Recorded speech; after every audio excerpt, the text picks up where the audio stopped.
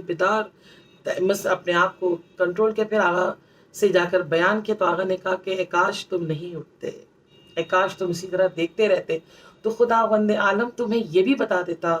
اس سورے کے ذریعے سے، سورے کی فضیلت میں، کہ کہاں آپ کو دفن کیا جائے گا، کون آپ کو نہلائے گا، پھر آپ کے ساتھ قبر میں کیا حال ہوں گے، عالم برزخ میں آپ کہاں پر رہیں گے، یا محشر میں آپ کے ساتھ کیا جائے گا۔ تو اگر کوئی بھی ہمارے یوتھ اگر چاہتے ہیں کہ پروردگارہ ان کو ترقی دے اور وہ ترقی اچیو کرنا چاہتے ہیں، ان کے لیے بہترین عمل ہے کہ فرسٹ رمضان سے لے کر 10 شوال تک اس کو آپ ایوری نائٹ 1000 ٹائمز آپ تلاوت کریں، تاکہ انشاءاللہ اپنی فیوچر کو آپ ہونے سے پہلے انشاءاللہ آپ اس کو دیکھ سکیں۔ پروردگارہ انشاءاللہ ہر ایک کی دعا کو قبول کرے اور ہر ایک کو خوشحال رکھے، اور انشاءاللہ واجبات سے کبھی اپنے آپ کو دور نہ کریں، جلد سے جلد واجبات ادا کریں، اہل بیت علیہ السلام سے محبت کا ہمیشہ اقرار کرتی رہیں، اور ان سے دشمن سے ہمیشہ نفرت کریں۔ والسلام علیکم ورحمۃ اللہ وبرکاتہ، وآخر دعوانا الحمد للہ رب العالمین۔